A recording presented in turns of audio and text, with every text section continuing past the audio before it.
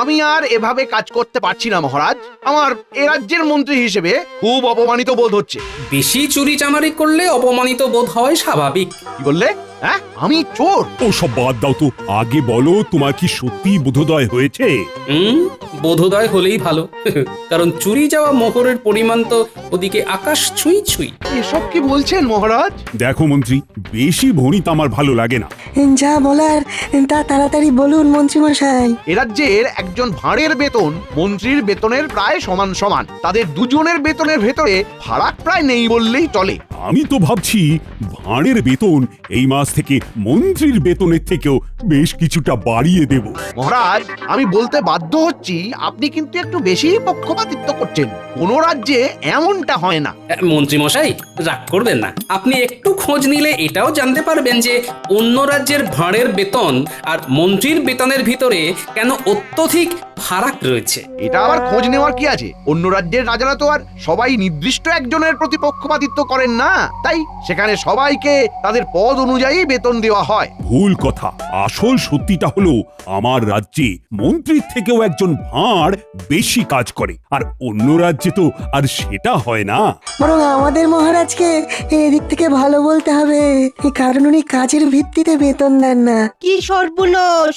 যদি মহারাজ কাজের ভিত্তিতে বেতন দিতেন তাহলে মন্ত্রীমশাই ঘরে একদম শূন্য বেতনে যেতেন। মহারাজ, আপনিও হাসছেন? কোথায় আমার অসুবিধাটা একটু বোঝার চেষ্টা করবেন।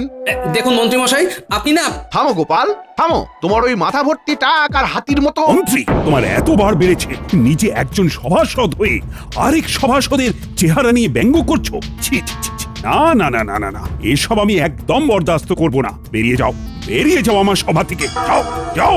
মহারাজ, মহারাজ, আমার কথাটা একবার শুনুন। মহারাজ, না না, আমার আর কিচ্ছু শোনার নেই মন্ত্রী। তোমার মন কুমানসিকতায় ভরে গেছে। তোমার শুদ্ধাচারের প্রয়োজন। তুমি যদি নিজেকে এই ধরনের মনোবৃত্তি থেকে শুধরে নিতে পারো, তাহলেই আবার এই রাজসভায় ফিরো, না হলে নয়। আমায় মাফ করে দিন মহারাজ, এমনটা আর হবে না। ওই যে বললাম, নিজেকে পাল্টাতে পারলে ফিরে এসো। তুমি এক কাজ করো, তীর্থে যাও, মনকে শুদ্ধ করো, তারপর ফিরো। আর হ্যাঁ, অশুদ্ধ মন নিয়ে শুদ্ধতার ভান করে এই রাজ্যে প্রবেশের পর যদি কোনো বাজে কাজে ধরা পড়ো, তাহলে মনে রেখো, তখন এই রাজ্য থেকে সোজা বার করে দেব। যাও যাও, এক্ষুনি বেরিয়ে যাও।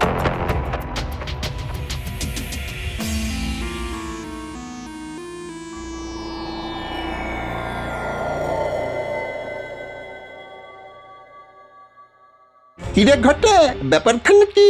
মন্ত্রীমশাই আমাদের ডেকে নিজে এমন উদাস হয়ে বসে। কবি টবি হবে নাকি? আমার মনটা খুব খারাপ রে, তার সাথে বেশ রাগও হচ্ছে। কার উপরে? আরে গোপালের চেহারাটা যে হাতির মতো, সেটা বলতেই মহারাজ গেলেন চোটে। আমায় সব সভাসদদের সামনে তাড়িয়ে দিয়ে বললেন মনকে শুদ্ধ করে ফিরতে। ওই দুজনকে আমায় জব্দ করতেই হবে। বুঝেছি বুঝেছি, তাই আমাদের ডেকেছেন, তাই তো? সবই তো বুঝিস, সব কথা কি আর মুখে বলতে হয়? কিছু একটা পরিকল্পনা কর। আমাদের হাতটা গরম করে দিন, কাজ হয়ে যাবে। আমার এখন মাথা গরম আছে, তাই তোদের হাতের বদলে উড়ন আর বসন দিয়ে কান গরম করে দিতে পারি। সুতরাং এখন যা, আগে কাজের কাজটা কর। বেশ, তাহলে আসি। কাল ভোরে এই পরিকল্পনা করে আপনার বাড়ি যাচ্ছি। বেশ হয়েছে, বেশ হয়েছে। মহারাজ মন্ত্রীকে বার করে দিয়েছেন। হ্যাঁ, মানুষের চেহারা ভারী হতেই পারে, তা বলে এমন কথা কেউ বলে? মন্ত্রী মশাই বরাবর অমন স্বভাবেরই লোক, বুঝলে? যাদের স্বভাব এমন হয় তারা হাজার চেষ্টা করলেও সহজে বদলায় না। হ্যাঁ, গিন্নি, চেষ্টাটাও সৎ হতে হয়, না হলে এরকমও মানুষ করে যে ভিতরে ভিতরে কোনো চেষ্টা করে না, এদিকে মুখে বলে চেষ্টা করেও কোনো লাভ হচ্ছে না। মানুষ চেষ্টা করলে সব পারে গিন্নি। তোমার সাথে মন্ত্রী মশাই এরকম করলে না আমার খুব খুব রাগ হয়। হ্যাঁ না, এর জন্য আমার কোনো আক্ষেপই নেই গিন্নি। আমি আমার রাজ্যকে ভালোবাসি, তাই করি। তাছাড়া একজন রাজ্যবাসী হিসেবে এটা তো আমার কর্তব্য। সত্যি, তোমার জন্য না আমার না খুব গর্ব হয় গো। আর আমারও তোমার জন্যে।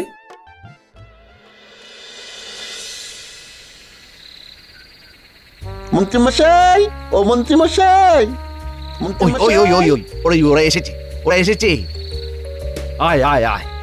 কিরে বটা, তোর হাতে এটা কি? এটা একটা বহু দূরের রাজ্যের মানচিত্র। আপনাকে এইখানেই শুদ্ধাচারের জন্য যেতে হবে। কি বেটা হতচ্ছাড়া, আমায় শুদ্ধাচারে কোথায় পাঠাবি তা ঠিক করার ভার তোদের দিয়েছি নাকি? আচ্ছা আচ্ছা, শুনুন মন্ত্রী মশাই, শুনুন। এই মানচিত্রর জায়গায় আপনাকে আসলে যেতে হবে না।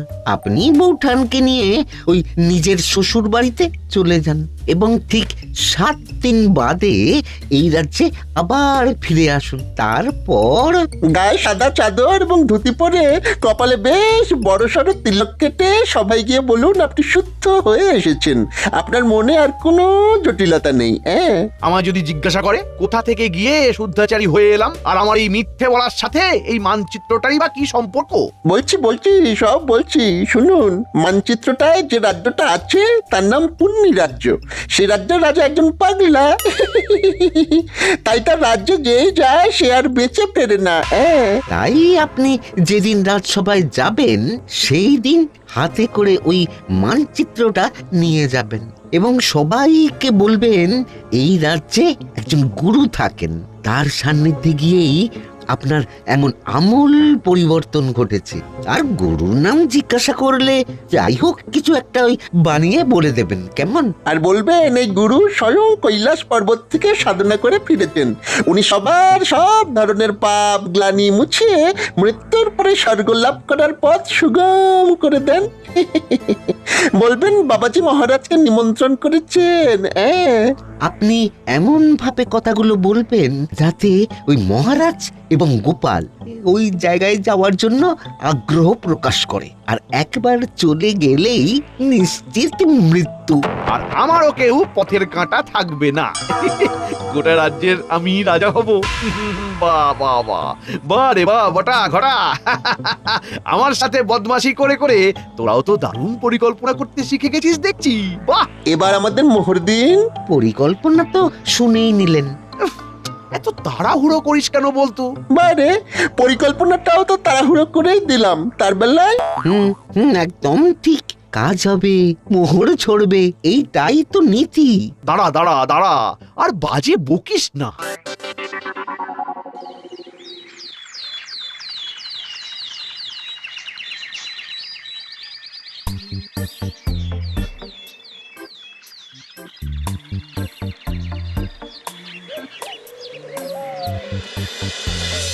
কি বলছো গোপাল?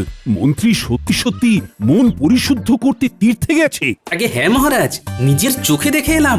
বাড়িতে তালা ঝুলছে, আর পাড়া প্রতিবেশীদেরও নাকি বলে গেছে যে সে নিজেকে পরিশুদ্ধ করতে স্ত্রীকে নিয়ে দিন সাতেকের জন্য তীর্থে যাচ্ছে। বাবা, আমার এক কথাতেই যে মন্ত্রী এভাবে তীর্থে যাবে ভাবতেই পারছি না। যাকে এখন মন্ত্রীর সুমতি হলেই হলো, কি বলেন? যা বলেছো। আচ্ছা মহারাজ, আমি তাহলে আজ আসি। হ্যাঁ, বেশ বেশ বেশ। ও গোপাল, একটা কথা ছিল। বলুন মহারাজ। বলছি যে যতদিন না মন্ত্রী ফিরছে তুমি কি আমার রাজ্যের নতুন মন্ত্রী হবে? ও বাবা, ক্ষমা করুন মহারাজ, আমি এই রাজ্যের ভাঁড় হিসেবেই ঠিক আছি। ওইসব ভারী ভারী পদে আমায় বসাবেন না মহারাজ। আমি জানতাম তুমি ঠিক এই উত্তরটাই দেবে। বেশ গোপাল, ঠিক আছে, তুমি এখন আসতে পারো।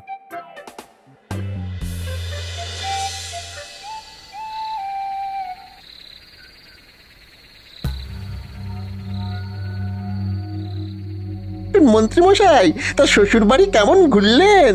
শ্বশুর বাড়ি গিয়ে কেমন শুদ্ধাচার করলেন বলুন? বাজে বকিস না, বাজে বকিস না। এই নিশুতি রাত্রে তোদের কথা মতো ছুটে ছুটে এলাম। এদিকটার কেমন পরিস্থিতি সেটা আগে বল শুনি। মহারাজ গোপালকে রাজ্যের নতুন মন্ত্রী করতে চেয়েছিলেন, কিন্তু গোপাল রাজি হয়নি। এই গোপালটা মহা বদমাস। ওকে এই রাজ্য থেকে না তাড়ানো পর্যন্ত আমার শান্তি নেই। কালকে থেকে সবাই গিয়ে আপনি তো আপনার ওই নতুন রূপ দেখাবেন, সবাই দেখবেন গোলে জল। সবাই ভাববে আমি আমার সব জটিলতা কুটিলতা ঝেড়ে একদম শুদ্ধ মনে তীর্থ থেকে ফিরে এসেছি। হ্যাঁ মন্ত্রী মশাই, এদিকে আপনার জন্য একেবারে সাদা বস্ত্র প্রস্তুত করে রেখেছি। সকাল হলে সেই বস্ত্র পরে কপালে তিলক কেটে সবাই যাবেন, কেমন তো? এবং বলবেন হরে হরে হরে হরে, এই নিমিত্ত মাত্রকে মাগো ক্ষমা করে দিও। আর মনে করে মানচিত্রটা কিন্তু নিয়ে যাবেন। মনে রাখবেন ওইটাই কিন্তু মহারাজ এবং গোপালকে চিরতরে বিদায় দেওয়ার জন্যে মূল অস্ত্র। আচ্ছা আচ্ছা আচ্ছা, বুঝেছি বুঝেছি। আমি এখনো অতটাও বুড়ো হইনি যে মানচিত্রের ব্যাপারটা বেমালুম ভুলে যাব।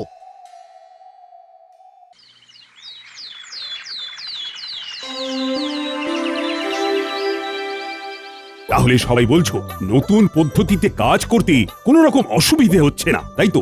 না মহারাজ। বেশ, শুনেও ভালো লাগছে। তোমরা এভাবেই সবাই একে অপরের পাশে থেকে মন দিয়ে কাজ করে যাও। হ্যাঁ মহারাজ।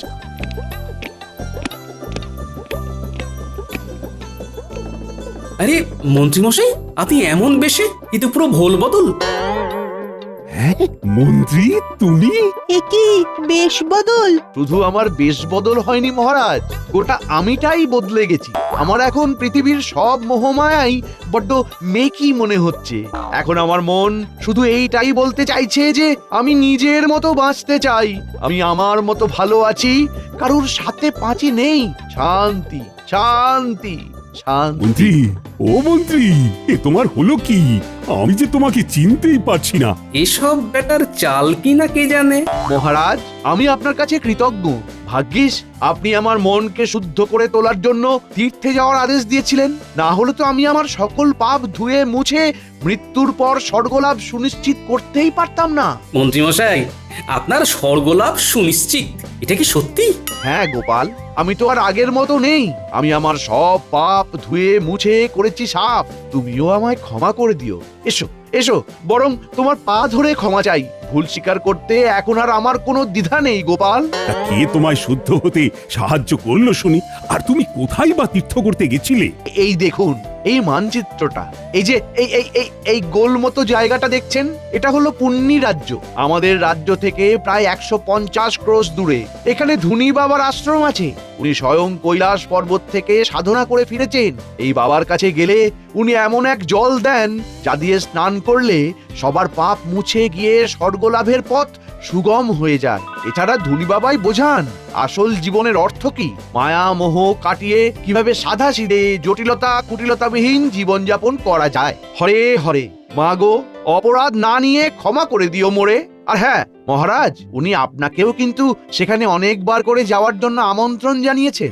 আমিও নিজের জীবনে অজান্তে কতই না পাপ করে ফেলেছি, তাই সেই সব পাপের বোঝা ঝেড়ে ফেলে আমিও আমার মৃত্যুর পর স্বর্গলাভ সুনিশ্চিত করতে চাই। মন্ত্রী, আমি ধনী বাবার আশ্রমে গিয়ে জীবনের আসল অর্থ বুঝতে চাই। আমি ওনার নিমন্ত্রণ রক্ষা করতে চাই। মহারাজ, এত তাড়াতাড়ি কোনো সিদ্ধান্ত নেবেন না। আমার মনে হয় যে পাল, নিজের চোখে দেখছো তো মন্ত্রীর কি আমূল পরিবর্তন ঘটেছে। এরপরে আমি আর ধনী বাবার কাছে না গিয়ে থাকতে পারি, বরং তোমারও আমার সাথে যাওয়া উচিত। আজ্ঞে মহারাজ, আমি? আচ্ছা বেশ, আমিও যাব। আমরাও যাব মহারাজ। না না না, দেখো, সবাই মিলে এক্ষুনি গেলে হবে না। আগে আমি আর গোপাল ঘুরে আসি, তারপর তোমরা দলে দলে যেও। একদম ঠিক। তাহলে মহারাজ, কবে রওনা দেবেন? হ্যাঁ, কাল একদম ভোরেই রওনা দিতে চাই, বেশি দেরি করে তো লাভ নেই। আচ্ছা মন্ত্রী, আমি যেহেতু কদিন থাকছি না, তাই তুমি একটু কষ্ট করে রাজ্যটা সামাল দিও, কেমন? মহারাজ, আমায় আবার এসবের মধ্যে কেন জড়াচ্ছেন? রাজ্যপাঠ আমি যে দিয়েছি ছেড়ে। এই কটা দিন একটু সামলে দাও মন্ত্রী, আমি কিছু শুনতে চাই না।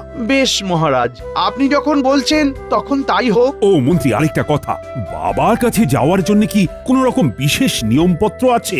মহারাজ, সমস্ত অহংকার ছেড়ে, রাজবেশ ছেড়ে, সৈন্য ছাড়া একদম আর 5টা সাধারণ মানুষের মতো পায়ে হেঁটে যান, তাহলেই দেখবেন বাবা আপন করে নিয়েছেন। বুঝে গেছি বুঝে গেছি।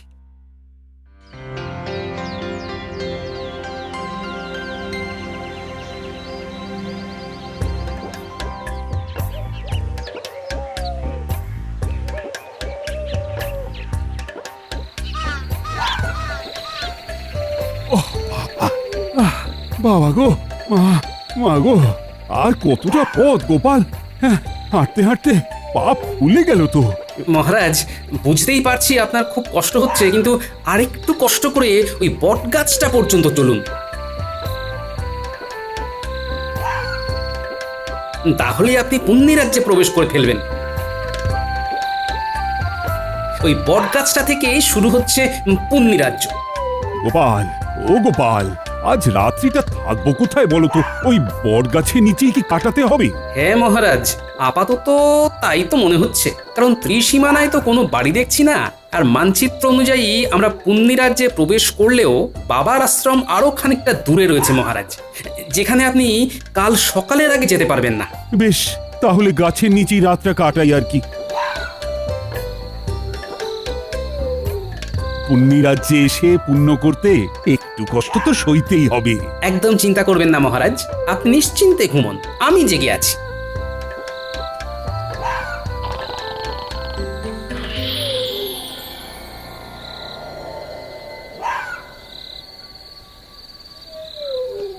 মহারাজ তো ঘুমোচ্ছেন দেখছি, এদিকে ভোর হতেও খুব দেরি নেই, আমি বরং এই সুযোগ একটু ঘুমিয়ে নিই। এই গবা, কি করবি বলতো?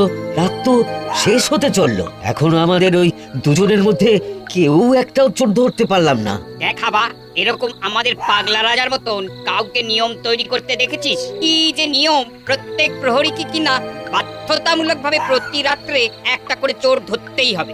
সত্যি আপাদ মস্তক খ্যাপা রাজা। আরে আরে ওই গবা, ওই দেখ দুজন লোক বট গাছের নিচে শুয়ে, ওদেরকে ভিনদেশি চোর বানিয়ে ধরে নিয়ে যাবি? তাই করি চল, না হলে আমরা আপাদমস্তক পেটে মার খাবো। চল চল ধরি বেটাদের। এই কে কে কে তোমরা হাত পা বাঁধছো কেন? আমরা কিছু করিনি, আমাদের বেঁধো না, ছেড়ে দাও। চল বেটারা চল, চোর সাজবি চল।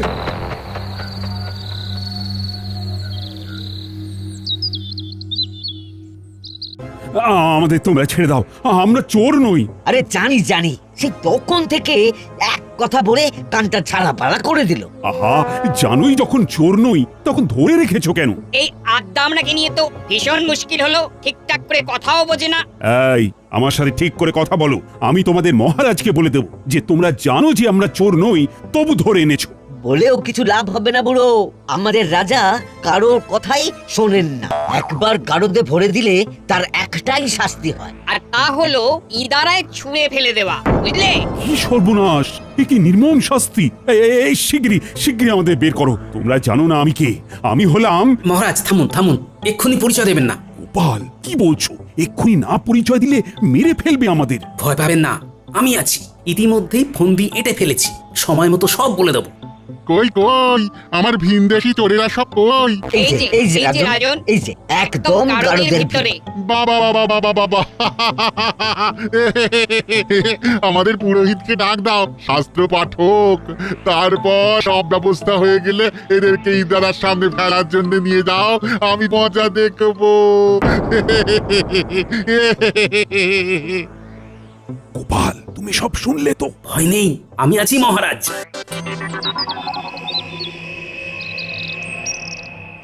তাহলে সব প্রস্তুত তো? হ্যাঁ, এই এই তুমি ওদিকে ওনার কাছে যাচ্ছ কেন? আমাকে ঠাকুরের নাম শোনাতে। মরতে যাচ্ছি তো তাই। মহারাজ, আপনি এবারে আমার সাথে মারপিট শুরু করবেন। ওরা যদি জানতে চায় কেন মারপিট করছি, তাহলে বলবেন আমরা পেশায় জ্যোতিষী। আমরা গণনা করে দেখেছি যে আজ দুজনের ভেতরে যেজন আগে ইদারায় ঝাঁপ দিয়ে মরবে সে স্বর্গবাসী হবে এবং পুণ্য লাভ করবে। বেশ বেশ, মুক্ত করে দাও দুজনকে, মুক্ত করে দাও। আমি আগে ইদারায় ঝাঁপ দেবো। না, আমি। তবে রে বেটা, দেখ কেমন মারি তোকে। আয় আয়, আমিও মজা দেখাচ্ছি। এ কি? তোমরা থামো, তোমরা থামো, তোমরা থামো, তোমরা কারা শুনি? হ্যাঁ, এভাবে মারপিট করছো কেন? আমরা জ্যোতিষী, গণনায় দেখেছি যে আজকে ইদারায় ঝাঁপ দিয়ে আগে যে মরবে সে পুণ্য লাভ করবে এবং স্বর্গবাসী হবে। কি তোমরা চোর নও? আজকে যে ছাপ দেবে সে স্বর্গবাসী হবে, পুণ্য লাভ করবে। হ্যাঁ, তাহলে তোমরা আর কষ্ট করে ঝাঁপাবে কেন? আমি ঝাঁপ দিচ্ছি, আমার পুণ্য লাভ হবে, স্বর্গবাস হবে। দুটোরই প্রয়োজন আছে। এই 1 2 3। রাজন, উফ, কি বাঁচলাম বাবা। আমরা এখন কি করব? তোমরা শিগগির আগে ওনাকে তোলার ব্যবস্থা করো। আসলে আজকে এরকম কিছু ঘটবেই না। আর আমরা কেউ জ্যোতিষীও নই। উনি হলেন কৃষ্ণনগরের মহারাজ রাজা কৃষ্ণচন্দ্র, আর আমি হলাম গোপাল ভাঁড়। আমরা এখানে ধনী বাবার আশ্রমে যাব বলে এসেছিলাম। কি ধনী বাবার আশ্রম, কিন্তু এখানে তো এইরকম কোনো আশ্রম নেই। ঠিক বলছো? হ্যাঁ ও ঠিকই বলেছে। বেশ বুঝে গেছি আসল ব্যাপারখানা কি। আমরা চললাম, তোমরা ওনাকে বাঁচাও।